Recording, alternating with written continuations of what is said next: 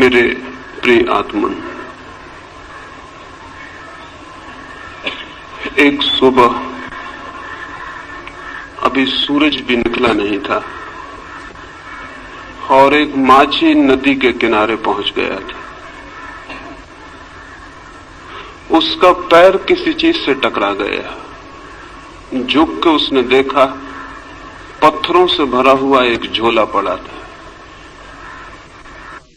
उसने अपना जाल किनारे पर रख दिया। वो सुबह सूरज के उगने की प्रतीक्षा करने लगा। सूरज उग आए, वो अपना जाल फेंके और मछलियां पकड़े। वो जो झोला उसे पड़ा हुआ मिल गया था जिसमें पत्थर, वो एक एक पत्थर निकाल के शांत नदी में फेंकने लगा। सुबह के सन्नाटे में उन पत्थरों की गिरने की छपाक की आवाज सुनता, फिर दूसरा पत्थर फेंकता। धीरे धीरे सुबह का सूरज निकला, रोशनी हुई। तब तक उसने झोले के सारे पत्थर फेंक दिए थे, सिर्फ एक पत्थर उसके हाथ में रह गया। सूरज की रोशनी में देखते से ही जैसे उसके हृदय की धड़कन बंद हो गई, सांस रुक गई। उसने जिन्हें पत्थर समझ के फेंक दिया था वे हीरे जवाहरात थे, लेकिन अब तो अंतिम हाथ में बचा था टुकड़ा और वो पूरे झोले को फेंक चुका था। और रोने लगा, चिल्लाने लगा। इतनी संपदा उसे मिल गई थी कि अनंत जन्मों के लिए काफी थी, लेकिन अंधेरे में अनजान अपरिचित उसने उस सारी संपदा को पत्थर समझ के फेंक दिया था। लेकिन फिर भी वो मछुआ सौभाग्यशाली था, क्योंकि अंतिम पत्थर फेंकने के पहले सूरज निकल आया था और उसे दिखाई पड़ गया था कि उसके हाथ में हीरा है। साधारणतः सभी लोग इतने सौभाग्यशाली नहीं होते। जिंदगी बीत जाती है, सूरज नहीं निकलता, सुबह नहीं होती, रोशनी नहीं आती और सारे जीवन के हीरे हम पत्थर समझ के फेंक चुके होते। जीवन एक बड़ी संपदा है, लेकिन आदमी सिवाय उसे फेंकने और गंवाने के कुछ भी नहीं करता है। जीवन क्या है ये भी पता नहीं चल पाता और हम उसे फेंक देते। जीवन में क्या छिपा था, कौन से राज, कौन सा रहस्य, कौन सा स्वर्ग, कौन सा आनंद, कौन सी मुक्ति, उस सब का कोई भी अनुभव नहीं हो पाता और जीवन हमारे हाथ से रिक्त हो जाता है। इन आने वाले 3 दिनों में जीवन की संपदा पर ही थोड़ी सी बातें मुझे कहनी। लेकिन जो लोग जीवन की संपदा को पत्थर मानकर बैठ गए हैं, वे कभी आंख खोलकर देख पाएंगे कि जिन्हें उन्होंने पत्थर समझा है वे हीरे माणिक हैं। ये बहुत कठिन है।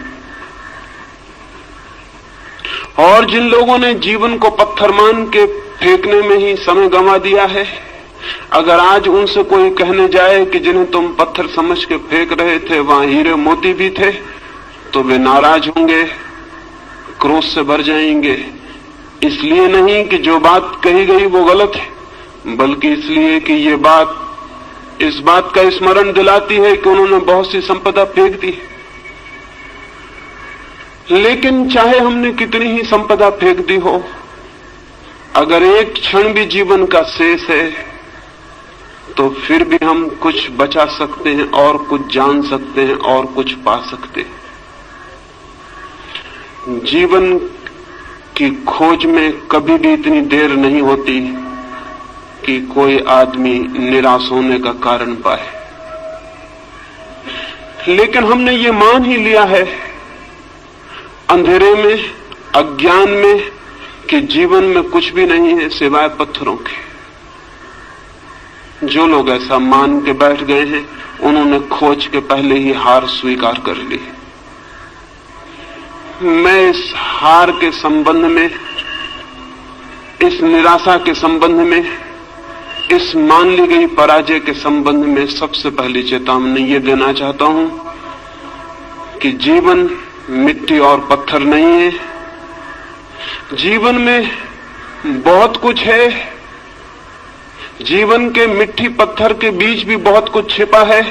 अगर खोजने वाली आंखें हो तो जीवन से वो सीढ़ी भी निकलती है जो परमात्मा तक पहुंचती है।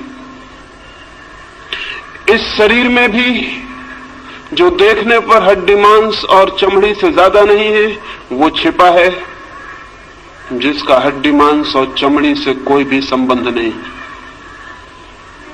इस साधारण सी देह में भी जो आज जन्मती है, कल मर जाती है और मिट्टी हो जाती है, उसका वास है जो अमृत है, जो कभी जन्मता नहीं और कभी समाप्त भी नहीं होता है। रूप के भीतर अरूप छिपा है और दृश्य के भीतर अदृश्य का वास है और मृत्यु के कुहासे में अमृति की ज्योति छिपी हुई है। मृत्यु के धुएं में अमृत की लौ भी छिपी हुई है, वो फ्लेम, वो ज्योति भी छिपी हुई है जिसकी कोई मृत्यु नहीं। लेकिन हम धुएं को देखकर ही वापस लौट आते हैं और ज्योति को नहीं खोज पाते। या जो लोग थोड़ी हिम्मत करते हैं वे धुएं में ही खो जाते हैं और ज्योति तक नहीं पहुंच पाते हैं। ये यात्रा कैसे हो सकती है कि हम धुएं के भीतर छिपी हुई ज्योति को जान सकें, शरीर के भीतर छिपी हुई आत्मा को पहचान सकें, प्रकृति के भीतर छिपे हुए परमात्मा के दर्शन कर सकें? ये कैसे हो सकता है? उस संबंध में ही 3 चरणों में मुझे बात करनी। पहली बात, हमने जीवन के संबंध में ऐसे दृष्टिकोण बना लिए हैं, हमने जीवन के संबंध में ऐसी धारणाएं बना ली हैं, हमने जीवन के संबंध में ऐसा फलसफा खड़ा कर रखा है। उस दृष्टिकोण और धारणा के कारण ही जीवन के सत्य को देखने से हम वंचित रह जाते हैं। हमने मान ही लिया है कि जीवन क्या है, बिना खोजे, बिना पहचाने, बिना जिज्ञासा किए हमने जीवन के संबंध में कोई निश्चित बात ही समझ रखी। हजारों वर्षों से हमें एक ही बात मंत्र की तरह पढ़ाई जा रही है कि जीवन असार है, जीवन व्यर्थ है, जीवन दुख है। सम्मोहन की तरह हमारे प्राणों पर यह मंत्र दोहराया गया है कि जीवन व्यर्थ है, जीवन असार है, जीवन दुख है, जीवन छोड़ देने योग्य है। ये बात सुन सुन के धीरे धीरे हमारे प्राणों में पत्थर की तरह मजबूत होकर बैठ गई। इस बात के कारण जीवन असार दिखाई पड़ने लगा है, जीवन दुख दिखाई पड़ने लगा है। इस बात के कारण जीवन ने सारा आनंद, सारा प्रेम, सारा सौंदर्य खो दिया है। मनुष्य एक कुरूपता बन गया है, मनुष्य एक दुख का अड्डा बन गया है।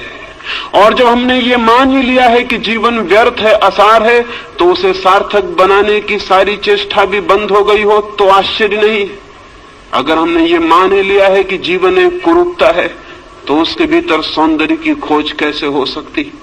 और अगर हमने ये मान ही लिया है कि जीवन सिर्फ छोड़ देने योग्य है तो जिसे छोड़ ही देना है उसे सजाना, उसे खोजना, उसे निखारना, इसकी कोई भी जरूरत नहीं है। हम जीवन के साथ वैसा व्यवहार कर रहे हैं जैसा कोई आदमी स्टेशन पर विश्रामालय के साथ व्यवहार करता है, वेटिंग रूम के साथ व्यवहार करता है। वो जानता है कि क्षण भर हम इस वेटिंग रूम में ठहरे हुए हैं, क्षण भर बाद छोड़ देना है। इस वेटिंग रूम से प्रयोजन क्या है, अर्थ क्या है? वो वहां मूंगफली के छिलके भी डालता है, पान भी थूक देता है, गंदा भी करता है और फिर भी सोचता है मुझे क्या प्रयोजन है, क्षण भर बाद मुझे चले जाना है। जीवन के संबंध में भी हम इसी तरह का व्यवहार कर रहे हैं। जहां से हमें क्षण भर बाद चले जाना है वहां सुंदर और सत्य की खोज और निर्माण करने की जरूरत क्या है? लेकिन मैं आपसे कहना चाहता हूं, जिंदगी जरूर हमें छोड़ के चले जाना है, लेकिन जो असली जिंदगी है उसे हमें कभी भी छोड़ने का कोई उपाय नहीं। हम ये घर छोड़ देंगे, ये स्थान छोड़ देंगे, लेकिन जो जिंदगी का सत्य है वो सदा हमारे साथ होगा, वो हम स्वयं हैं। स्थान बदल जाएंगे, मकान बदल जाएंगे, लेकिन जिंदगी हमारे साथ होगी, उसके बदलने का कोई उपाय नहीं।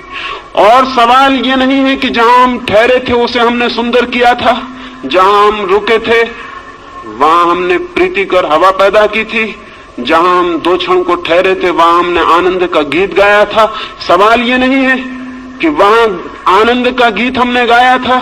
सवाल यह है कि जिसने आनंद का गीत गाया था उसने भीतर आनंद के और बड़े संभावनाओं के द्वार खोल लिए। जिसने उस मकान को सुंदर बनाया था उसने और बड़े सौंदर्य को पाने की क्षमता उपलब्ध कर ली। जिसने 2 क्षण उस वेटिंग रूम में भी प्रेम के बिताए थे उसने और बड़े प्रेम को पाने की पात्रता अर्जित कर ली। हम जो करते हैं उसी से हम निर्मित होते हैं। हमारा कृत्य अंततः हमें निर्मित करता है, हमें बनाता है।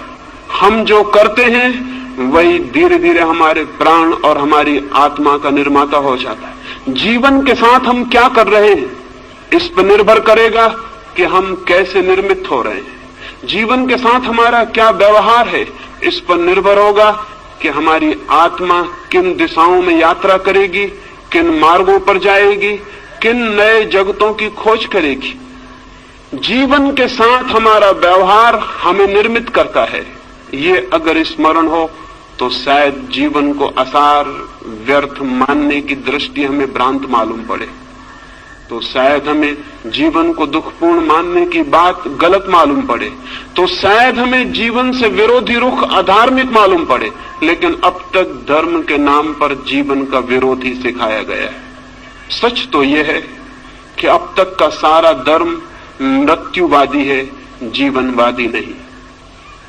उसकी दृष्टि में मृत्यु के बाद जो है वही महत्वपूर्ण है, मृत्यु के पहले जो है वो महत्वपूर्ण नहीं। अब तक के धर्म की दृष्टि में मृत्यु की पूजा है, जीवन का सम्मान नहीं।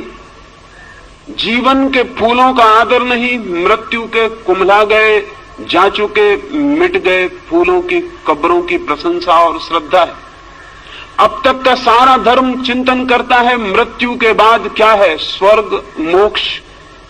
मृत्यु के पहले क्या है उससे आज तक के धर्म को जैसे कोई संबंध नहीं रहा। और मैं आपसे कहना चाहता हूं, मृत्यु के पहले जो है अगर हम उसे ही संभालने में असमर्थ हैं तो मृत्यु के बाद जो है उसे हम संभालने में कभी भी समर्थ नहीं हो सकते। मृत्यु के पहले जो है अगर वही व्यर्थ छूट जाता है तो मृत्यु के बाद कभी भी सार्थकता की कोई गुंजाइश, कोई पात्रता हम अपने में पैदा नहीं कर सकेंगे। मृत्यु की तैयारी भी इस जीवन में जो आज पास है, मौजूद है, उसके द्वारा करनी। मृत्यु के बाद भी अगर कोई लोक है तो उस लोक में हमें उसी का दर्शन होगा जो हमने जीवन में अनुभव किया है और निर्मित किया है। लेकिन जीवन को भुला देने की, जीवन को विस्मरण कर देने की बात ही अब तक कही गई। मैं आपसे कहना चाहता हूं, जीवन के अतिरिक्त न कोई परमात्मा है, न हो सकता है। मैं आपसे ये भी कहना चाहता हूं, जीवन को साध लेना ही धर्म की साधना है और जीवन में ही परम सत्य को अनुभव कर लेना मोक्ष को उपलब्ध कर लेने की पहली सीढ़ी। जो जीवन को ही चूक जाता है वो और सब भी चूक जाएगा, ये निश्चित है। लेकिन अब तक का रुख उल्टा रहा है। वो रुख कहता है जीवन को छोड़ो, वो रुख कहता है जीवन को त्यागो। वो ये नहीं कहता कि जीवन में खोजो, वो ये नहीं कहता कि जीवन को जीने की कला सीखो, वो ये भी नहीं कहता कि जीवन को जीने के ढंग पर निर्भर करता है कि जीवन कैसा मालूम पड़ेगा। अगर जीवन अंधकारपूर्ण मालूम पड़ता है तो वो जीने का गलत ढंग है। यही जीवन आनंद की वर्षा भी बन सकता है अगर जीने का सही ढंग उपलब्ध हो जाए। धर्म को मैं जीने की कला कहता हूं, वो आर्ट ऑफ लिविंग है। धर्म जीवन का त्याग नहीं, जीवन की गहराइयों में उतरने की सीढ़ियां हैं। धर्म जीवन की तरफ पीठ कर लेना नहीं, जीवन की तरफ पूरी तरह आंख खोलना है। धर्म जीवन से भागना नहीं, जीवन को पूरा आलिंगन में लेने का नाम है। धर्म है जीवन का पूरा साक्षात्कार। यही शायद कारण है कि आज तक के धर्म में सिर्फ बूढ़े लोग ही उत्सुक रहे हैं। मंदिरों में जाएं, चर्चों में, गिरजाघरों में, गुरुद्वारों में, और वहां वृद्ध लोग दिखाई पड़ेंगे। वहां युवा दिखाई नहीं पड़ते, वहां छोटे बच्चे दिखाई नहीं पड़ते। क्या कारण? एक ही कारण है, अब तक का हमारा धर्म सिर्फ बूढ़े का धर्म है, उन लोगों का धर्म है जिनकी मौत करीब आ गई और अब जो मौत से भयभीत हो गए हैं और मौत के बाद के चिंतन के संबंध में आतुर हैं और जानना चाहते हैं कि मौत के बाद क्या है। जो धर्म मौत पर आधारित है वो धर्म पूरे जीवन को कैसे प्रभावित कर सकेगा? जो धर्म मौत का चिंतन करता है वो पृथ्वी को धार्मिक कैसे बना सकेगा? वो नहीं बना सका। 5000 वर्षों की धार्मिक शिक्षा के बाद भी पृथ्वी रोज अधार्मिक से अधार्मिक होती चली गई। मंदिर है, मस्जिद है, चर्च है, पुजारी हैं, पुरोहित हैं, सन्यासी हैं, लेकिन पृथ्वी धार्मिक नहीं हो सकी है और नहीं हो सकेगी, क्योंकि धर्म का आधार ही गलत है। धर्म का आधार जीवन नहीं है, धर्म का आधार मृत्यु है, धर्म का आधार खिलते हुए फूल नहीं है, कब्रें हैं। जिस धर्म का आधार मृत्यु है वो धर्म अगर जीवन के प्राणों को स्पंदित न कर पाता हो तो आश्चर्य क्या है? जिम्मेवारी किसकी है? मैं इन 3 दिनों में जीवन के धर्म के संबंध में ही बात करना चाहता हूं और इसलिए पहला सूत्र समझ लेना जरूरी है। और इस सूत्र के संबंध में आज तक छिपाने की, दबाने की, भूल जाने की सारी चेष्टा की गई है, लेकिन जानने और खोजने की नहीं। और उस भूलने और विस्मृत कर देने की चेष्टा के दुष्परिणाम सारे जगत में व्याप्त हो गए। मनुष्य के सामान्य जीवन में केंद्रीय तत्व क्या है? परमात्मा, आत्मा, सत्य नहीं। मनुष्य के प्राणों में, सामान्य मनुष्य के प्राणों में, जिसने कोई खोज नहीं की, जिसने कोई यात्रा नहीं की, जिसने कोई साधना नहीं की, उसके प्राणों की गहराई में क्या है? प्रार्थना, पूजा? नहीं, बिल्कुल नहीं। अगर हम सामान्य मनुष्य के जीवन ऊर्जा में खोज करें, उसकी जीवन शक्ति को हम खोजने जाएं, तो न तो वहां परमात्मा दिखाई पड़ेगा, न पूजा, न प्रार्थना, न ध्यान, वहां कुछ और ही दिखाई पड़ेगा। और जो दिखाई पड़ेगा उसे भुलाने की चेष्टा की गई है, उसे जानने और समझने की नहीं। वहां क्या दिखाई पड़ेगा? हम आदमी के प्राणों को चीरें और फाड़ें और वहां खोजें, आदमी को छोड़ दें। अगर आदमी से इतर जगत की भी हम खोजबीन करें तो वहां प्राणों की गहराइयों में क्या मिलेगा? अगर हम एक पौधे की जांचबीन करें तो क्या मिलेगा? एक पौधा क्या कर रहा है? एक पौधा पूरी चेष्टा कर रहा है नए बीज उत्पन्न करने की। एक पौधे के सारे प्राण, सारा रस नए बीज इकट्ठे करने, जन्मने की चेष्टा कर रहा है। एक पक्षी क्या कर रहा है? एक पशु क्या कर रहा है? अगर हम सारी प्रकृति में खोजने जाएं तो हम पाएंगे सारी प्रकृति में एक ही क्रिया जोर से प्राणों को घेर कर चल रही है, और वो क्रिया है सतत सृजन की क्रिया, वो क्रिया है क्रिएशन की क्रिया, वो क्रिया है जीवन को पुनरुज्जीवित नए नए रूपों में जीवन देने की क्रिया। फूल बीज को संभाल रहे हैं, फल बीज को संभाल रहे हैं। बीज क्या करेगा? बीज फिर पौधा बनेगा, फिर फूल बनेगा, फिर फल बनेगा। अगर हम सारे जीवन को देखें तो जीवन जन्मने की एक अनंत क्रिया का नाम है। जीवन एक ऊर्जा है जो स्वयं को पैदा करने के लिए सतत संलग्न है और सतत चेष्टाशील है। आदमी के भीतर भी वही है। आदमी के भीतर उस सतत सृजन की चेष्टा का नाम हमने सेक्स दे रखा है, काम दे रखा है। इस नाम के कारण उस ऊर्जा को एक गाली मिल गई, एक अपमान। इस नाम के कारण एक निंदा का भाव पैदा हो गया। मनुष्य के भीतर भी जीवन को जन्म देने की सतत चेष्टा चल रही है। हम उसे सेक्स कहते हैं, हम उसे काम की शक्ति कहते हैं। लेकिन काम की शक्ति क्या है? समुद्र की लहरें आकर टकरा रही हैं।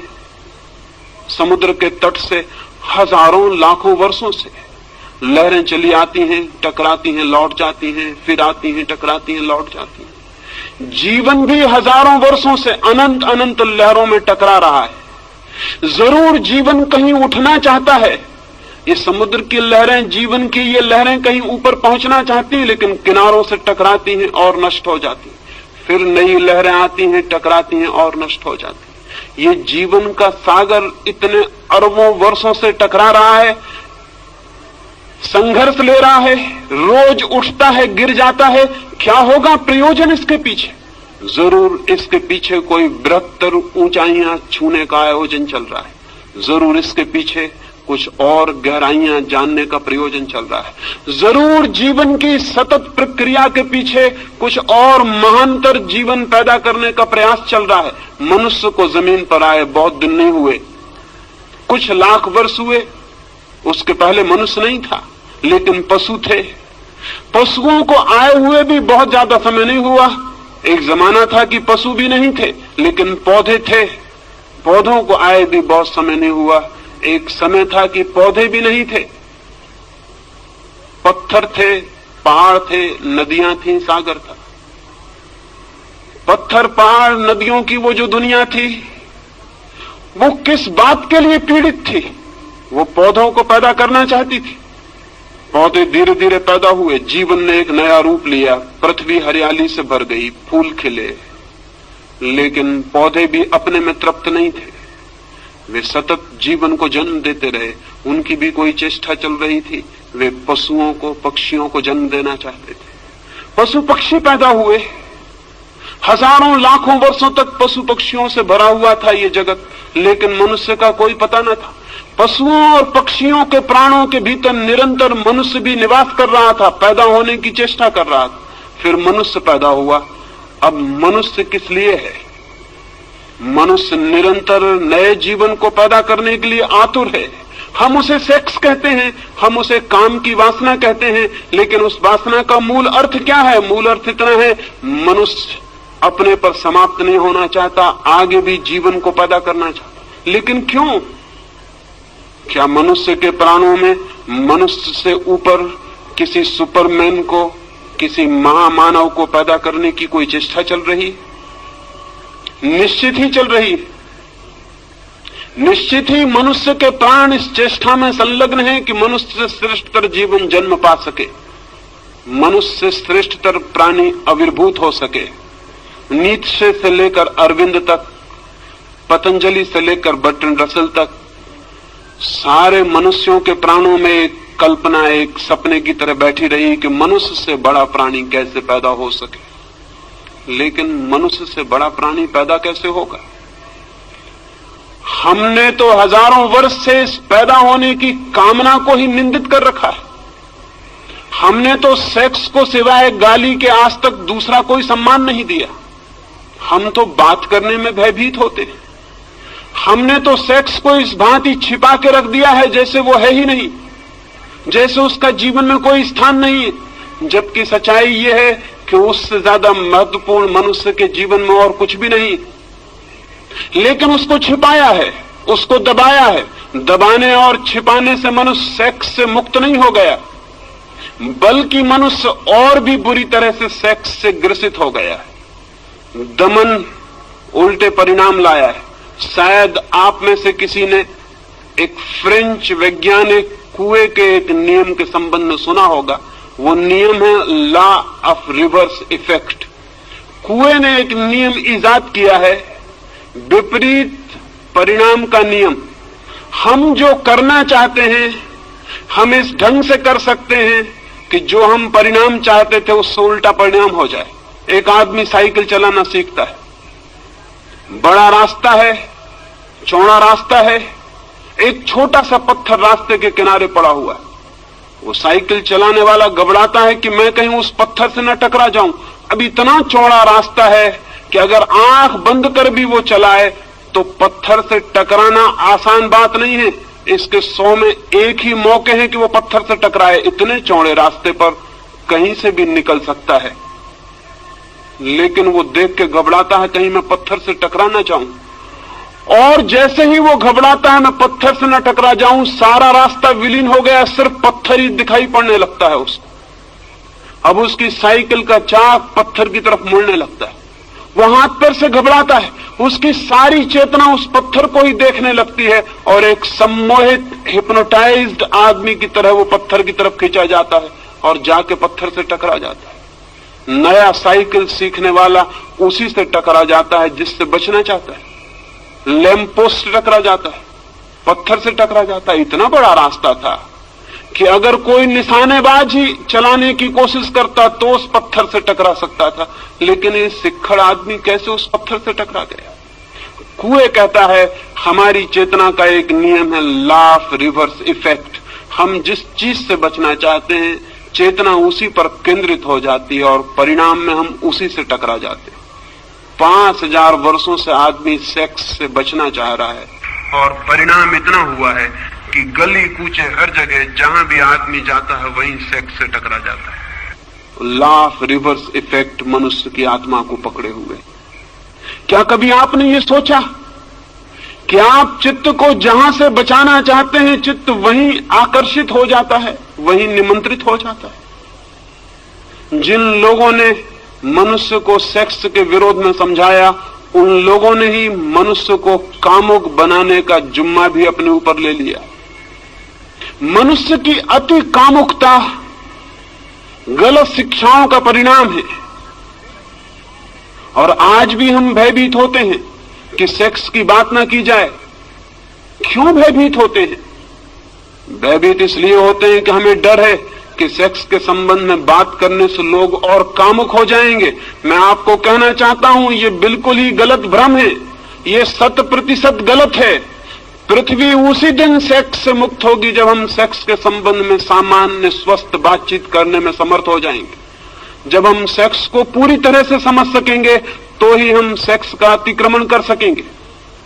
जगत में ब्रह्मचर्य का जन्म हो सकता है, मनुष्य सेक्स के ऊपर उठ सकता है, लेकिन सेक्स को समझकर, सेक्स को पूरी तरह पहचान कर, उस ऊर्जा के पूरे अर्थ, मार्ग, व्यवस्था को जानकर उससे मुक्त हो सकता है।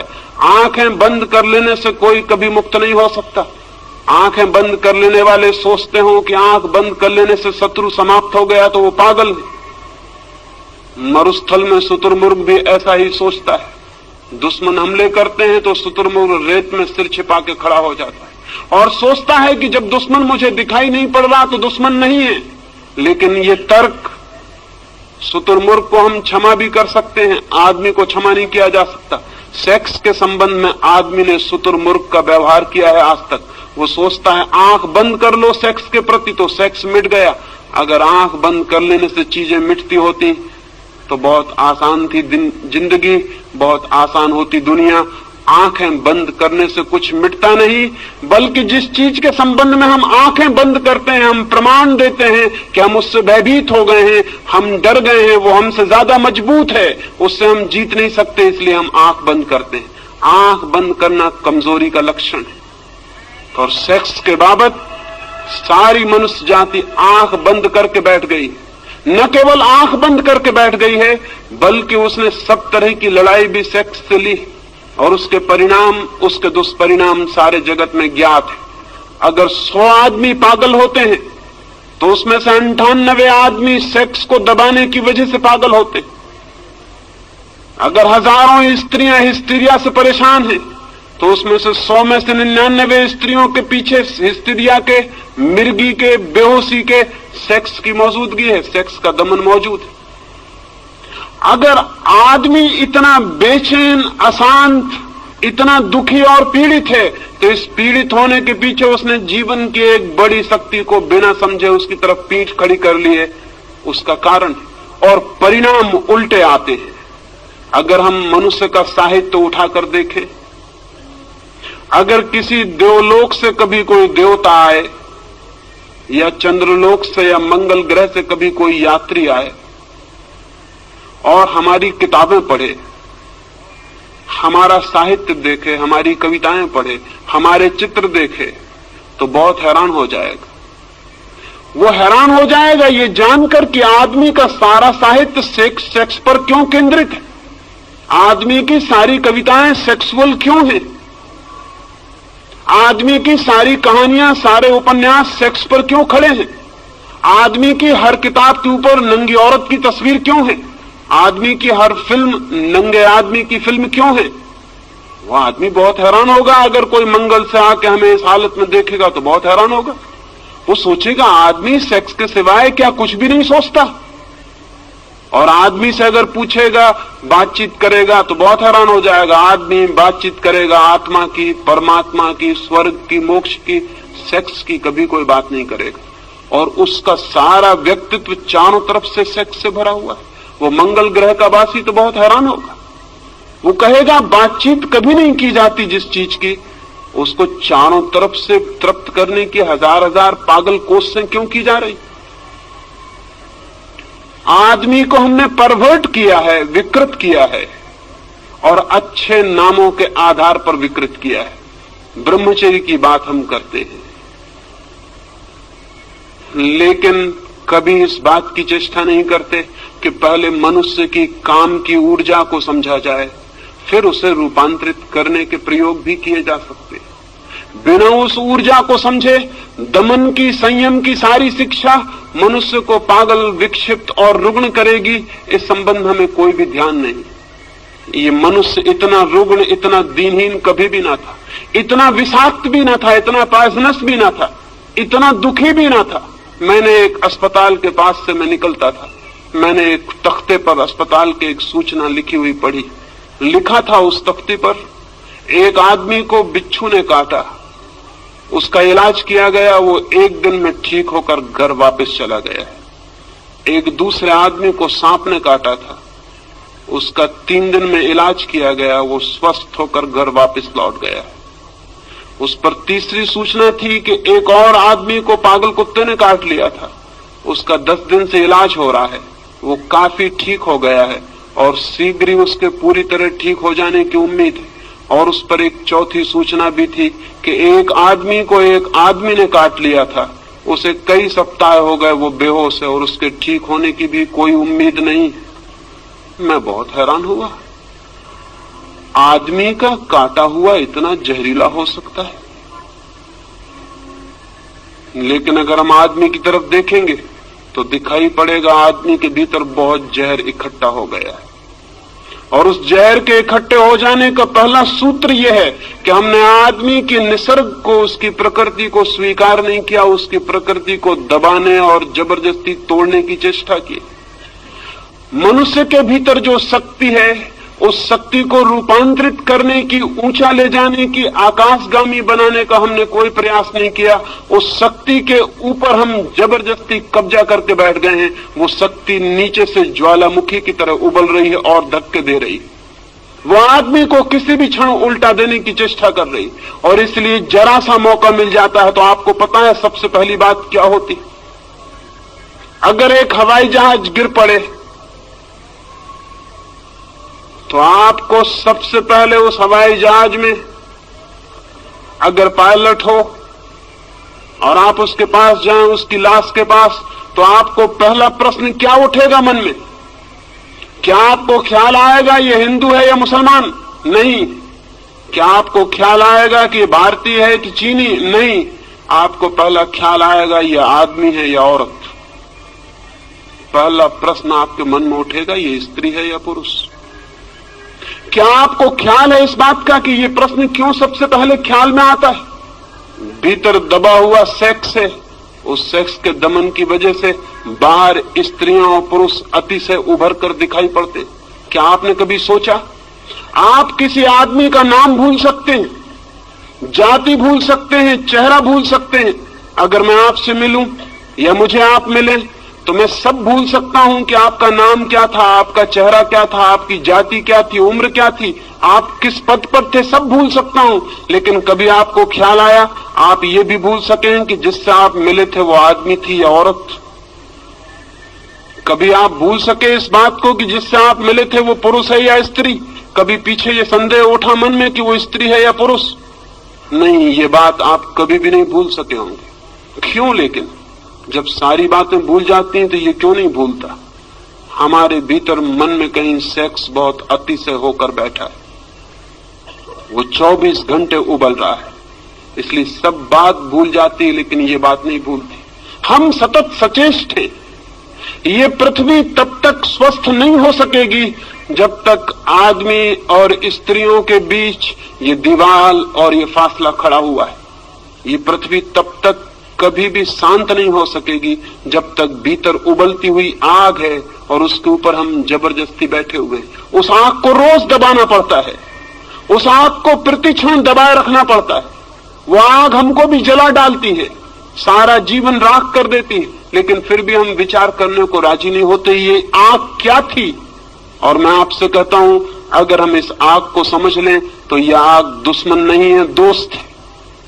अगर हम इस आग को समझ लें तो यह हमें जलाएगी नहीं, हमारे घर को गर्म भी कर सकती है सर्दियों में, और हमारी रोटियां भी पका सकती है, और हमारी जिंदगी के लिए सहयोगी और मित्र भी हो सकती है। लाखों साल तक आकाश में बिजली चमकती थी, कभी किसी के ऊपर गिरती थी और जान ले लेती थी। कभी किसी ने सोचा भी ना था कि एक दिन घर में पंखा चलाएगी ये बिजली, कभी ये रोशनी करेगी अंधेरे में, ये किसी ने सोचा नहीं था। आज वही बिजली हमारी साथी हो गई। क्यों? बिजली की तरफ हम आंख मूंद के खड़े हो जाते तो हम कभी बिजली के राज को न समझ पाते और न कभी उसका उपयोग कर पाते, वह हमारी दुश्मनी बनी रहती। लेकिन नहीं, आदमी ने बिजली के प्रति दोस्ताना का भाव बरता, उसने बिजली को समझने की कोशिश की, उसने प्रयास किए जानने के, और धीरे धीरे बिजली उसकी साथी हो गई। आज बिना बिजली के क्षण भर जमीन पर रहना मुश्किल मालूम होगा। मनुष्य के भीतर बिजली से भी बड़ी ताकत है सेक्स की। मनुष्य के भीतर अणु की शक्ति से भी बड़ी शक्ति है सेक्स की। कभी आपने सोचा लेकिन ये शक्ति क्या है और कैसे हमें इसे रूपांतरित करें? एक छोटे से अणु में इतनी शक्ति है कि हिरोशिमा का पूरा 1 लाख का नगर भस्म हो सकता है। लेकिन क्या आपने कभी सोचा कि मनुष्य के काम की ऊर्जा का एक अणु एक नए व्यक्ति को जन्म देता है? उस व्यक्ति में गांधी पैदा हो सकता है, उस व्यक्ति में महावीर पैदा हो सकता है, उस व्यक्ति में बुद्ध पैदा हो सकते हैं, क्राइस्ट पैदा हो सकता है, उससे आइंस्टीन पैदा हो सकता है और न्यूटन पैदा हो सकता है। एक छोटा सा अणु एक मनुष्य की काम ऊर्जा का एक गांधी को छिपाए हुए, गांधी जैसा विराट व्यक्तित्व जन्म पा सकता है। लेकिन हम सेक्स को समझने को राजी नहीं, लेकिन हम सेक्स की ऊर्जा के संबंध में बात करने की हिम्मत जुटाने को राजी नहीं। कौन सा भय हमें पकड़े हुए है कि जिससे सारे जीवन का जन्म होता है, उस शक्ति को हम समझना नहीं चाहते? कौन सा डर है, कौन सी घबराहट है? मैंने पिछली बंबई की सभा में इस संबंध में कुछ बात की थी तो बड़ी घबराहट फैल गई। मुझे बहुत से पत्र पहुंचे कि आप इस तरह की बातें मत कहें, इस तरह की बात ही मत करें। मैं बहुत हैरान हुआ कि इस तरह की बात क्यों न की जाए। अगर शक्ति है हमारे भीतर तो उसे जाना क्यों न जाए, उसे क्यों न पहचाना जाए? और बिना जाने पहचाने, बिना उसके नियम समझे हम उस शक्ति को और ऊपर कैसे ले जा सकते हैं? पहचान से हम उसको जीत भी सकते हैं, बदल भी सकते हैं, लेकिन बिना पहचाने तो हम उसके हाथ में ही मरेंगे और सड़ेंगे और कभी उससे मुक्त नहीं हो सकते। जो लोग सेक्स के संबंध में बात करने की मनाही करते हैं, वही लोग पृथ्वी को सेक्स के गड्ढे में डाले हुए हैं, ये मैं आपसे कहना चाहता हूं। जो लोग घबराते हैं और जो समझते हैं धर्म का सेक्स से कोई संबंध नहीं, वे खुद तो पागल हैं ही, वो सारी पृथ्वी को भी पागल बनाने में सहयोगी हो रहे हैं। धर्म का संबंध मनुष्य की ऊर्जा के ट्रांसफॉर्मेशन से है, धर्म का संबंध मनुष्य की शक्ति को रूपांतरित करने से। धर्म चाहता है कि मनुष्य के व्यक्तित्व में जो छिपा है वो श्रेष्ठतम रूप से अभिव्यक्त हो जाए। धर्म चाहता है कि मनुष्य का जीवन निम्न से उच्च की एक यात्रा बने, पदार्थ से परमात्मा तक पहुंच जाए। लेकिन ये चाह तभी पूरी हो सकती है हम जहां जाना चाहते हैं उस स्थान को समझना उतना उपयोगी नहीं जितना उस स्थान को समझना उपयोगी है जहां हम खड़े हैं, क्योंकि वहीं से यात्रा शुरू करनी पड़ती। सेक्स है फैक्ट, सेक्स जो है वो तथ्य है मनुष्य के जीवन का, और परमात्मा अभी दूर है। सेक्स हमारे जीवन का तथ्य है। इस तथ्य को समझ के हम परमात्मा के सत्य तक यात्रा कर भी सकते हैं, लेकिन इसे बिना समझे 1 इंच आगे नहीं जा सकते। कोल्हू के बैल की तरह इसी के आसपास घूमते रहेंगे, इसी के आसपास घूमते रहेंगे। मैंने जो पिछली सभा में कुछ बातें कही तो मुझे ऐसा लगा कि जैसे हम जीवन की वास्तविकता को समझने की भी तैयारी नहीं दिखाते, तो फिर हम और क्या कर सकते हैं और आगे क्या हो सकता है। फिर ईश्वर परमात्मा की सारी बातें सांत्वना की, कोरी सांत्वना की बातें हैं और झूठी हैं, क्योंकि जीवन के परम सत्य चाहे कितने ही नग्न हो, उन्हें जानना ही पड़ेगा, समझना ही पड़ेगा। तो पहली बात तो ये जान लेनी जरूरी है कि मनुष्य का जन्म सेक्स से होता है, मनुष्य का सारा व्यक्तित्व सेक्स के अणुओं से बना हुआ है, मनुष्य का सारा प्राण सेक्स की ऊर्जा से भरा हुआ है। जीवन की ऊर्जा अर्थात काम की ऊर्जा, ये जो काम की ऊर्जा है, ये जो सेक्स एनर्जी है, ये क्या है? ये क्यों हमारे जीवन को इतने जोर से आंदोलित करती, क्यों हमारे जीवन को इतना प्रभावित करती? क्यों हम घूम घूम कर सेक्स के आसपास इर्द गिर्द ही चक्कर लगाते हैं और समाप्त हो जाते हैं? कौन सा आकर्षण है इसका? हजारों साल से ऋषि मुनि इंकार कर रहे हैं, लेकिन आदमी प्रभावित नहीं हुआ मालूम पड़ता है।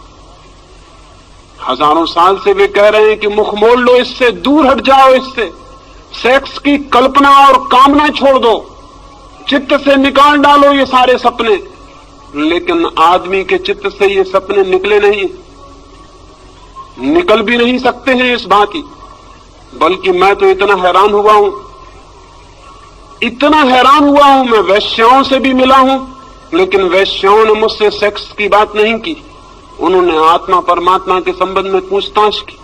और मैं साधु सन्यासियों से भी मिलता हूं, वे जब भी अकेले में मिलते हैं तो सिवाय सेक्स के और किसी बात के संबंध में पूछताछ नहीं करते। मैं बहुत हैरान हुआ,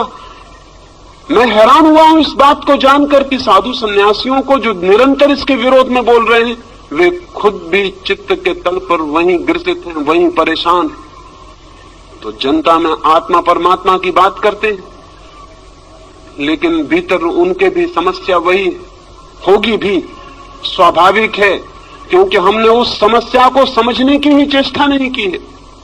हमने उस ऊर्जा के नियम भी नहीं जानने चाहे, और हमने कभी ये भी नहीं पूछा कि मनुष्य का इतना आकर्षण क्यों है, कौन सिखाता है सेक्स आपको? सारी दुनिया तो सिखाने के विरोध में सारे उपाय करती है। माँ बाप चेष्टा करते हैं कि बच्चे को पता न चल जाए, शिक्षक चेष्टा करते हैं, धर्मशास्त्र चेष्टा करते हैं, कहीं कोई स्कूल नहीं, कहीं कोई यूनिवर्सिटी नहीं, लेकिन आदमी अचानक एक दिन पाता है कि सारे प्राण काम की आतुरता से भर गए। ये कैसे हो जाता है? बिना सिखाए ये कैसे हो जाता है? सत्य की शिक्षा दी जाती है, प्रेम की शिक्षा दी जाती है, उसका तो कोई पता नहीं चलता। इस सेक्स का इतना प्रबल आकर्षण, इतना नैसर्गिक केंद्र क्या है? जरूर इसमें कोई रहस्य है और इसे समझना जरूरी है, तो शायद हम इससे मुक्त भी हो सकते।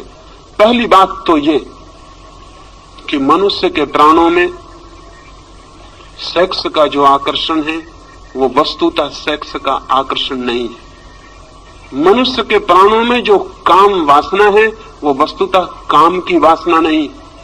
इसलिए हर आदमी काम के कृत्य के बाद पछताता है, दुखी होता है, पीड़ित होता है, सोचता है कि इससे मुक्त हो जाऊं, ये क्या है? लेकिन शायद आकर्षण कोई दूसरा है, और वो आकर्षण बहुत रिलीजियस, बहुत धार्मिक अर्थ रखता है। वो आकर्षण ये है कि मनुष्य के सामान्य जीवन में सिवाय सेक्स की अनुभूति के वो कभी भी अपने गहरे से गहरे प्राणों में नहीं उतर पाता है, और किसी क्षण में कभी गहरे नहीं उतरता है। दुकान करता है, धंधा करता है, यश कमाता है, पैसे कमाता है, लेकिन एक अनुभव काम का, संभोग का उसे गहरे से गहरे ले जाता है। और उसकी गहराई में दो घटनाएं घटती हैं। एक, संभोग के अनुभव में अहंकार विसर्जित हो जाता है, इगोलेसनेस पैदा हो जाती है। एक क्षण के लिए अहंकार नहीं रह जाता, एक क्षण को यह याद भी नहीं रह जाता कि मैं हूं। क्या आपको पता है, धर्म के श्रेष्ठतम अनुभव में मैं बिल्कुल मिट जाता है, अहंकार बिल्कुल शून्य हो जाता है।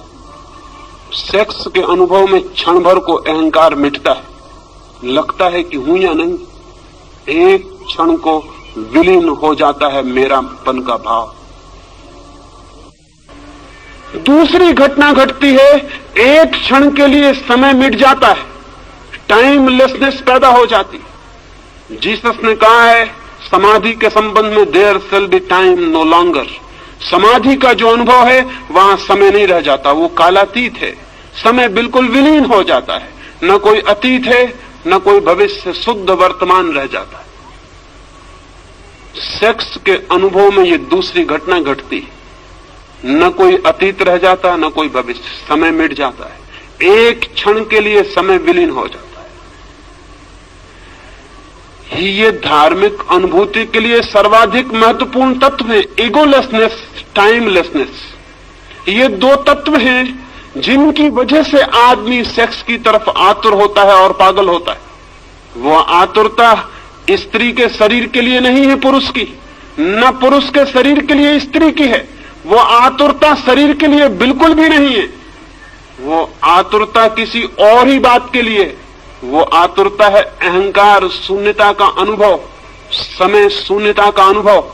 लेकिन समय शून्य और अहंकार शून्य होने के लिए आतुरता क्यों है? क्योंकि जैसे ही अहंकार मिटता है आत्मा की झलक उपलब्ध होती है, जैसे ही समय मिटता है परमात्मा की झलक उपलब्ध होती है। एक क्षण को होती है ये घटना, लेकिन उस एक क्षण के लिए आदमी कितनी ही ऊर्जा, कितनी ही शक्ति खोने को तैयार है। शक्ति खोने के कारण पछताता है बाद में कि शक्ति छीन हुई, शक्ति का अपव्यय हुआ, और उसे पता है कि शक्ति जितनी छीन होती मौत उतनी करीब आती। कुछ पशुओं में तो एक ही संभोग के बाद नर की मृत्यु हो जाती है, कुछ कीड़े तो एक ही संभोग कर पाते हैं और संभोग करते ही करते समाप्त हो जाते हैं। अफ्रीका में एक मकड़ा होता है, वो एक ही संभोग कर पाता है और संभोग की हालत में ही मर जाता है, इतनी ऊर्जा क्षीण हो जाती है। मनुष्य को यह अनुभव में आ गया बहुत पहले कि सेक्स का अनुभव शक्ति को क्षीण करता है, जीवन ऊर्जा कम होती है और धीरे धीरे मौत करीब आती है। पछताता है आदमी, लेकिन इतना पछताने के बाद फिर पाता है कि कुछ घड़ियों के बाद फिर वही आतुरता है। निश्चित ही इस आतुरता में कुछ और अर्थ है जो समझ लेना जरूरी। सेक्स की आतुरता में कोई रिलीजियस अनुभव है, कोई आत्मिक अनुभव है। उस अनुभव को अगर हम देख पाएं तो हम सेक्स के ऊपर उठ सकते हैं। अगर उस अनुभव को हम न देख पाएं तो हम सेक्स में ही जिएंगे और मर जाएंगे। उस अनुभव को अगर हम देख पाएं, अंधेरी रात है और अंधेरी रात में बिजली चमकती, बिजली की चमक अगर हमें दिखाई पड़ जाए और बिजली को अगर हम समझ लें तो अंधेरी रात को हम मिटा भी सकते हैं। लेकिन अगर हम ये समझ लें कि अंधेरी रात के कारण बिजली चमकती है तो फिर हम अंधेरी रात को और घना करने की कोशिश करेंगे ताकि बिजली चमके। सेक्स की घटना में बिजली चमकती है, एक वो सेक्स से अतीत है, ट्रांसेंड करती है, पार से आती। उस पार के अनुभव को अगर हम पकड़ लें तो हम सेक्स के ऊपर उठ सकते हैं, अन्यथा नहीं।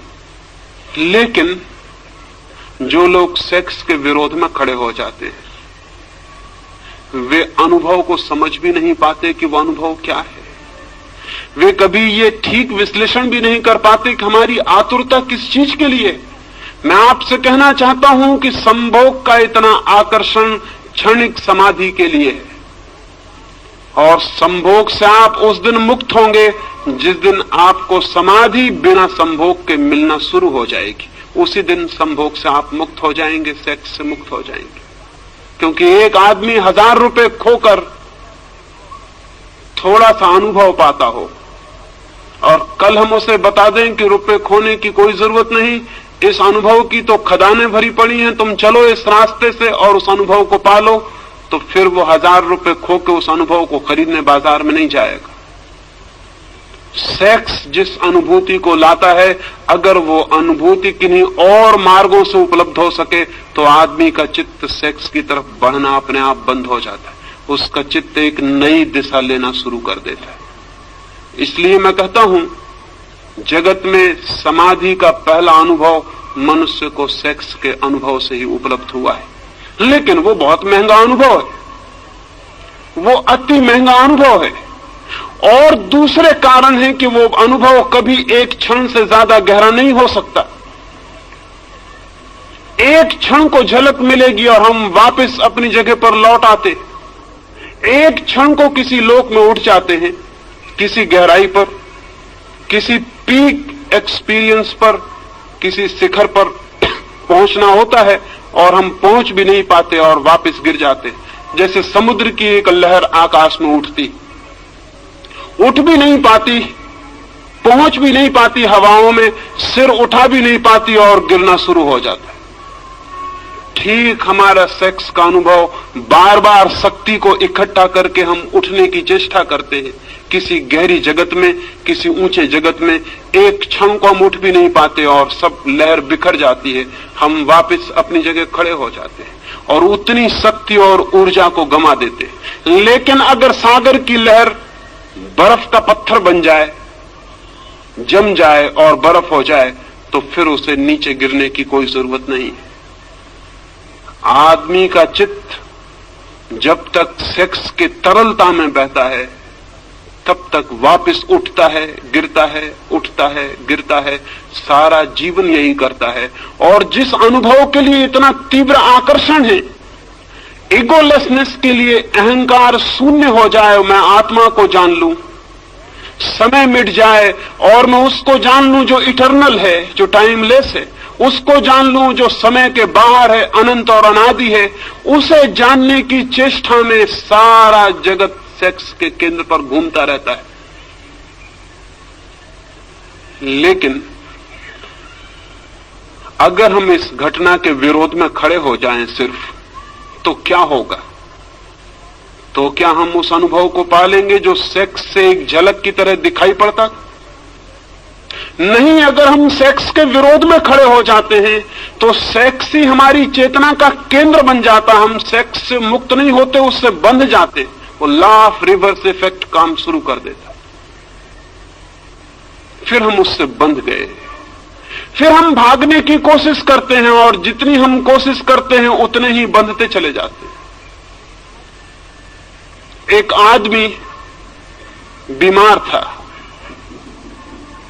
और बीमारी कुछ उसे ऐसी थी कि दिन रात उसे भूख लगती थी। सच तो यह है उसे बीमारी कुछ भी ना थी, भोजन के संबंध में उसने कुछ विरोध की किताबें पढ़ ली थी। उसने पढ़ लिया था कि भोजन पाप है, उपवास पुण्य है, कुछ भी खाना हिंसा करना है। जितना वो ये सोचने लगा कि भोजन करना पाप है, उतना ही भूख को दबाने लगा। जितनी भूख को दबाने लगा उतनी भूख असर्ट करने लगी, जोर से प्रकट होने लगी। तो वो 2-4 दिन उपवास करता था और एक दिन पागल की तरह कुछ भी खा जाता था। जब कुछ भी खा लेता था तो बहुत दुखी होता था, क्योंकि फिर खाने की तकलीफ झेलनी पड़ती थी। फिर पश्चाताप में 2-4 दिन उपवास करता था और फिर कुछ भी खा लेता। आखिर उसने तय किया कि ये घर रहते हुए नहीं हो सकेगा, ठीक, मुझे जंगल चले जाना चाहिए। वो पहाड़ पर गया, एक हिल स्टेशन पर जाकर एक कमरे में रहा। घर के लोग भी परेशान हो गए। उसकी पत्नी ने ये सोचकर कि शायद वो पहाड़ पर अब जाके भोजन की बीमारी से मुक्त हो जाएगा, उसने खुशी में बहुत से फूल उसे पहाड़ पर भिजवाए कि मैं बहुत खुश हूं कि तुम शायद पहाड़ से स्वस्थ होकर वापस लौटोगे, मैं शुभ कामना के रूप में ये फूल तुम्हें भेज रही हूं। उस आदमी का वापस तार आया। उसने तार में लिखा, many thanks for the flowers, they are so delicious. उसने तार किया कि बहुत धन्यवाद फूलों के लिए, बड़े स्वादिष्ट। वो फूलों को खा गया वहां पहाड़ पर जो फूल उसको भेजे गए। अब कोई आदमी फूलों को खाएगा इसका हम ख्याल नहीं कर सकते, लेकिन जो आदमी भोजन से लड़ाई शुरू कर देगा वो फूलों को खा सकता है। आदमी सेक्स से लड़ाई शुरू किया और उसने क्या क्या सेक्स के नाम पर खाया है, इसका आपने कभी हिसाब लगाया? आदमी को छोड़कर, सभ्य आदमी को छोड़कर होमोसेक्सुअलिटी कहीं है? जंगल में आदिवासी रहते हैं, उन्होंने कभी कल्पना भी नहीं की है कि होमोसेक्सुअलिटी जैसी चीज भी हो सकती, कि पुरुष और पुरुष के साथ संभोग कर सकते हैं, ये भी हो सकता है। ये कल्पना के बाहर है।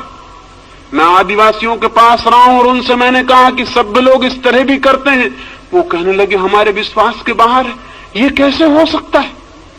लेकिन अमेरिका में उन्होंने आंकड़े निकाले हैं, 35% लोग होमोसेक्सुअल, और बेल्जियम और स्वीडन और हालैंड में होमोसेक्सुअल्स के क्लब हैं, सोसाइटीज हैं, अखबार निकलते हैं, और वो सरकार से ये दावा करते हैं कि होमोसेक्सुअलिटी के ऊपर से कानून उठा दिया जाना चाहिए, क्योंकि 40% लोग जिसको मानते हैं, तो इतनी बड़ी माइनॉरिटी के ऊपर हमला है ये आपका। हम तो मानते हैं कि होमोसेक्सुअलिटी ठीक है, इसलिए हमको हक होना चाहिए। कोई कल्पना नहीं कर सकता कि ये होमोसेक्सुअलिटी कैसे पैदा हो गई। सेक्स के बाबत लड़ाई का ये परिणाम है। जितना सभ्य समाज है उतनी वेश्याएं हैं। कभी आपने ये सोचा कि वेश्याएं कैसे पैदा हो गई? किसी आदिवासी गांव में जाके वेश्या खोज सकते हैं आप? आज भी बस्तर के गांव में वेश्या खोजनी मुश्किल है, और कोई कल्पना मानने को राजी नहीं होता कि ऐसी स्त्रियां हो सकती हैं जो कि अपनी इज्जत बेचती हो, अपना संभोग बेचती हो। लेकिन सभ्य आदमी जितना सभ्य होता चला गया उतनी वेश्याएं बढ़ती चली गई। क्यों? ये फूलों को खाने की कोशिश शुरू हुई। और आदमी की जिंदगी में कितने विकृत रूप से सेक्स ने जगह बनाई है, इसका अगर हम हिसाब लगाने चलेंगे तो हम हैरान रह जाएंगे कि आदमी को क्या हुआ है। इसका जिम्मा किस पर है? किन लोगों पर है? इसका जिम्मा उन लोगों पर है जिन्होंने आदमी को सेक्स को समझना नहीं, लड़ना सिखाया है, जिन्होंने सप्रेशन सिखाया, जिन्होंने दमन सिखाया है। दमन के कारण सेक्स की शक्ति जगह जगह से फूटकर गलत रास्तों से बहनी शुरू हो गई। सारा समाज पीड़ित और रुग्ण हो गया है। इस रुग्ण समाज को अगर बदलना है तो हमें ये स्वीकार कर लेना होगा, काम की ऊर्जा है, काम का आकर्षण है। क्यों है काम का आकर्षण? काम के आकर्षण का जो बुनियादी आधार है, उस आधार को अगर हम पकड़ लें तो मनुष्य को हम काम की जगत से ऊपर उठा सकते हैं। और मनुष्य निश्चित काम के जगत के ऊपर उठ जाए तो ही राम का जगत शुरू होता है। खजुराहो के मंदिर के सामने मैं खड़ा था, 10-5 मित्रों को लेकर वहां गया। खजुराहो के मंदिर के चारों तरफ की दीवार पर तो मैथुन चित्र है, काम वासनाओं की मूर्तियां हैं। मेरे मित्र कहने लगे कि मंदिर के चारों तरफ ये क्या है? मैंने उनसे कहा, जिन्होंने ये मंदिर बनाया था वो बड़े समझदार लोग थे। उनकी मान्यता ये थी कि जीवन की बाहर की परिधि पर काम है, और जो लोग अभी काम से उलझे हैं उनको मंदिर में भीतर प्रवेश का कोई हक नहीं। फिर मैं अपने मित्रों को कहा भीतर चले, फिर उन्हें भीतर लेकर गया। वहां तो कोई काम प्रतिमा ना थी, वहां भगवान की मूर्ति थी। वे कहने लगे भीतर कोई प्रतिमा नहीं है। मैंने उनसे कहा कि जीवन की बाहर की परिधि पर काम वासना है, जीवन की बाहर की परिधि दीवार पर काम वासना है, जीवन के भीतर भगवान का मंदिर है। लेकिन जो अभी काम वासना से उलझे हैं वे भगवान के मंदिर में प्रवेश के अधिकारी नहीं हो सकते। उन्हें अभी बाहर की दीवार का ही चक्कर लगाना पड़ेगा। जिन लोगों ने ये मंदिर बनाया था वे बड़े समझदार लोग थे। ये मंदिर एक मेडिटेशन सेंटर था, ये मंदिर एक ध्यान का केंद्र था। जो लोग आते थे उनसे वो कहते थे बाहर पहले मैथुन के ऊपर ध्यान करो, पहले सेक्स को समझो, और जब सेक्स को पूरी तरह समझ जाओ और तुम पाओ कि मनुष्य मुक्त हो गया है, तब तुम भीतर आ जाना, फिर भीतर भगवान से मिलना हो सकता है। लेकिन धर्म के नाम पर हमने सेक्स को समझने की स्थिति पैदा नहीं की, सेक्स की शत्रुता पैदा कर दी। सेक्स को समझो मत, आंख बंद कर लो और घुस जाओ भगवान के मंदिर में। आंख बंद करके, आंख बंद करके कभी कोई भगवान के मंदिर में जा सका है?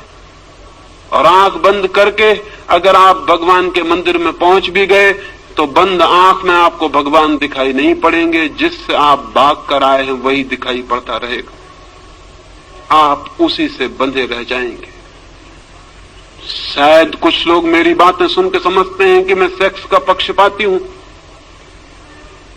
मेरी बातें सुन के शायद लोग समझते हैं कि मैं सेक्स का प्रचार करना चाहता हूं। अगर कोई ऐसा समझता हो तो उसने मुझे कभी सुना ही नहीं है, ऐसा उससे कह देना।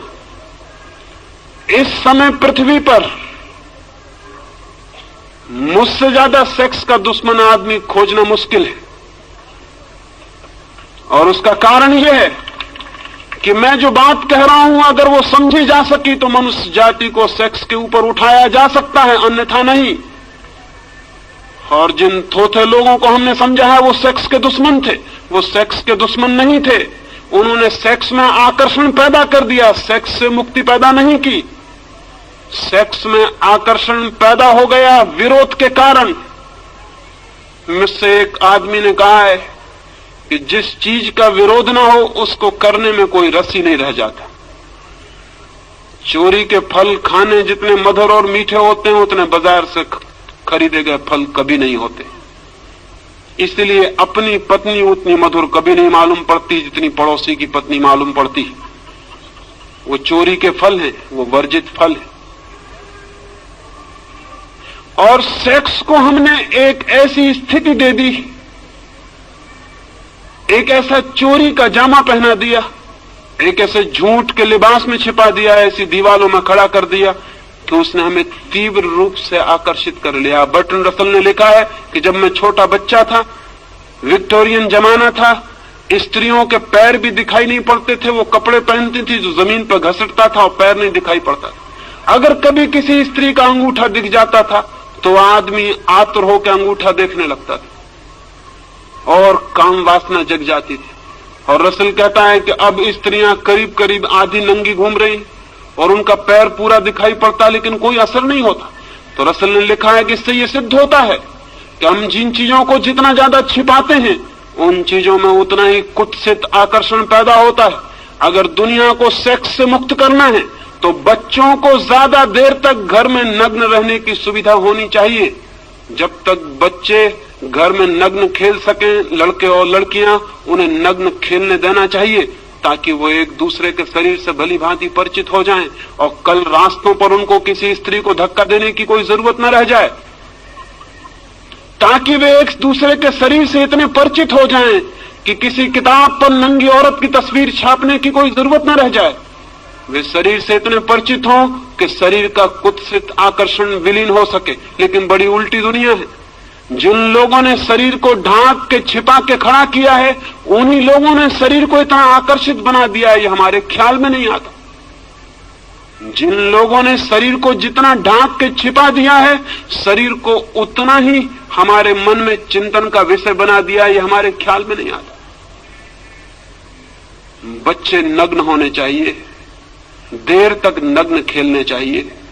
लड़के और लड़कियां एक दूसरे को नग्नता में देखना चाहिए ताकि उनके पीछे कोई भी पागलपन न रह जाए और उनके इस पागलपन का जीवन भर रोग उनके भीतर न चलता रहे। लेकिन वो रोग चल रहा है और उस रोग को हम बढ़ाते चले जाते हैं। उस रोग के फिर हम नए नए रास्ते खोजते हैं। गंदी किताबें छपती हैं जो लोग गीता के कवर में भीतर रख के पढ़ते हैं, बाइबल में दबा लेते हैं और पढ़ते हैं। ये गंदी किताबें हैं। तो हम कहते हैं ये गंदी किताबें बंद होनी चाहिए, लेकिन हम ये कभी नहीं पूछते कि गंदी किताबें पढ़ने वाला आदमी पैदा क्यों हो गया है। हम कहते हैं नंगी तस्वीरें दीवारों पर नहीं लगनी चाहिए, लेकिन हम कभी नहीं पूछते कि नंगी तस्वीरें कौन आदमी देखने को आता है। वही आदमी आता है जो स्त्रियों के शरीर को देखने से वंचित रह गया है। एक कुतूहल जाग गया है, क्या है स्त्री का शरीर।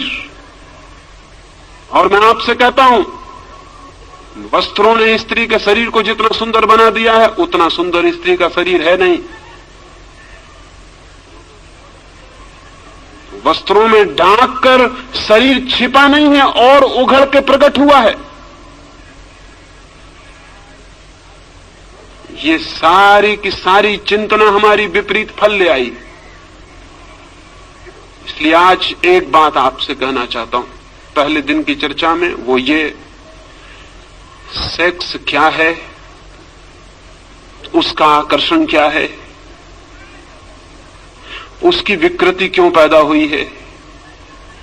अगर हम ये 3 बातें ठीक से समझ लें तो मनुष्य का मन इनके ऊपर उठ सकता है। उठना चाहिए, उठने की जरूरत है,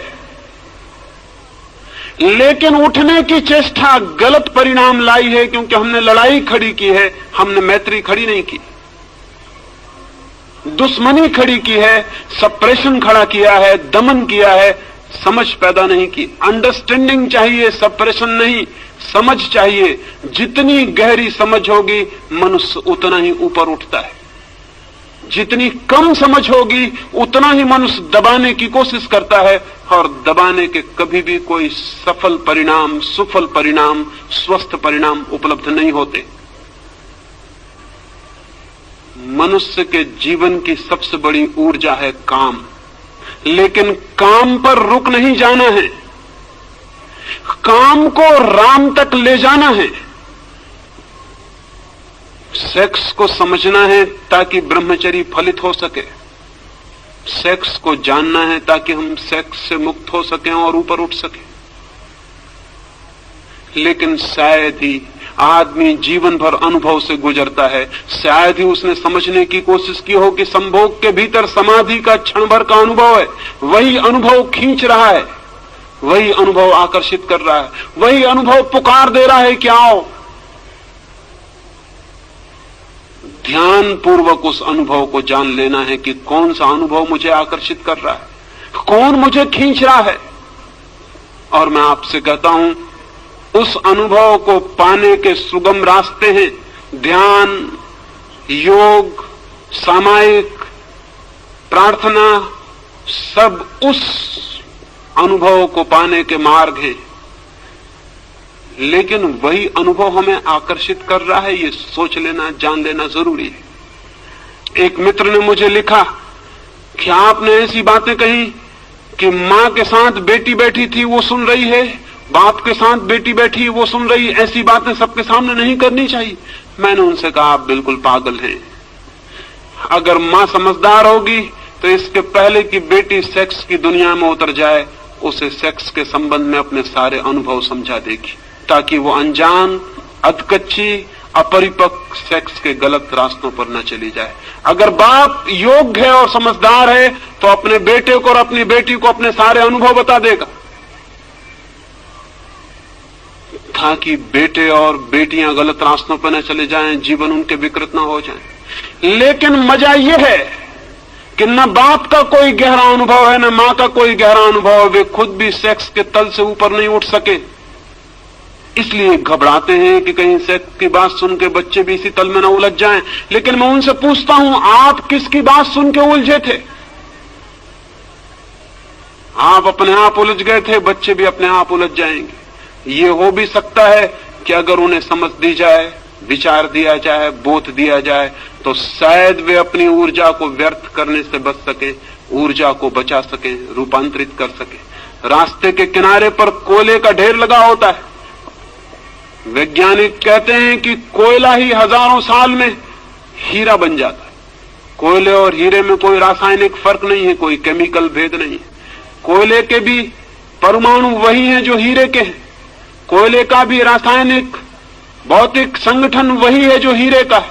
हीरा कोयले का ही रूपांतरित बदला हुआ रूप है, हीरा कोयला ही है।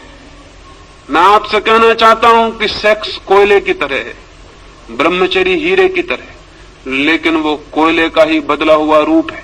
वो कोयले का दुश्मन नहीं है हीरा, वो कोयले की ही बदलाहट है, वो कोयले का ही रूपांतरण है, वो कोयले को ही समझकर नई दिशाओं में ले गई यात्रा है। सेक्स का विरोध नहीं है ब्रह्मचर्य, सेक्स का ही रूपांतरण है, ट्रांसफॉर्मेशन है। और जो सेक्स का दुश्मन है वो कभी ब्रह्मचर्य को उपलब्ध नहीं हो सकता है। ब्रह्मचर्य की दिशा में जाना हो, और जाना जरूरी है, क्योंकि ब्रह्मचर्य का मतलब क्या है? ब्रह्मचर्य का इतना मतलब है वो अनुभव उपलब्ध हो जाए जो ब्रह्म की चर्या जैसा है, जैसा भगवान का जीवन हो वैसा जीवन उपलब्ध हो जाए। ब्रह्मचर्य यानी ब्रह्म की चर्या, ब्रह्म जैसा जीवन, परमात्मा जैसा अनुभव उपलब्ध हो जाए, वो हो सकता है। अपनी शक्तियों को समझकर रूपांतरित करने से। आने वाले 2 दिनों में कैसे रूपांतरित किया जा सकता है सेक्स, कैसे रूपांतरित हो जाने के बाद काम राम के अनुभव में बदल जाता है, वो मैं आपसे बात करूंगा। और 3 दिन तक चाहूंगा कि बहुत गौर से सुन लेंगे, ताकि मेरे संबंध में कोई गलतफहमी पीछे आपको पैदा ना हो जाए। और जो भी प्रश्न हो ईमानदारी से और सच्चे उन्हें लिख के दे देंगे, ताकि आने वाले पिछले 2 दिनों में मैं उनकी आपसे सीधी सीधी बात कर सकूं। किसी प्रश्न को छिपाने की जरूरत नहीं है। जो जिंदगी में सत्य है उसे छिपाने का कोई कारण नहीं। किसी सत्य से मुखरने की जरूरत नहीं है। जो सत्य है वो सत्य है, चाहे हम आंख बंद करें चाहे आंख खुली रखें। और एक बात मैं जानता हूं, धार्मिक आदमी मैं उसको कहता हूं जो जीवन के सारे सत्यों को सीधा साक्षात करने की हिम्मत रखता है। जो इतने कमजोर, काहिल और नपुंसक हैं कि जीवन के तथ्यों का सामना भी नहीं कर सकते, उनके धार्मिक होने की कोई उम्मीद कभी नहीं हो सकती। ये आने वाले 4 दिनों के लिए निमंत्रण देता हूं, क्योंकि ऐसे विषय पर यह बात है कि शायद ऋषि मुनियों से आशा नहीं रही कि ऐसे विषयों पर वे बात करेंगे।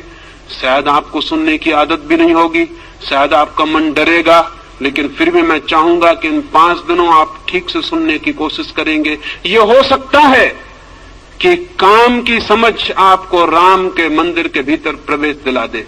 आकांक्षा मेरी यही है, परमात्मा करे वो आकांक्षा पूरी हो। मेरी बातों को इतने प्रेम और शांति से सुना, उसके लिए अनुग्रहित हूं। और अंत में सबके भीतर बैठे हुए परमात्मा को प्रणाम करता हूं। मेरे प्रणाम स्वीकार करें।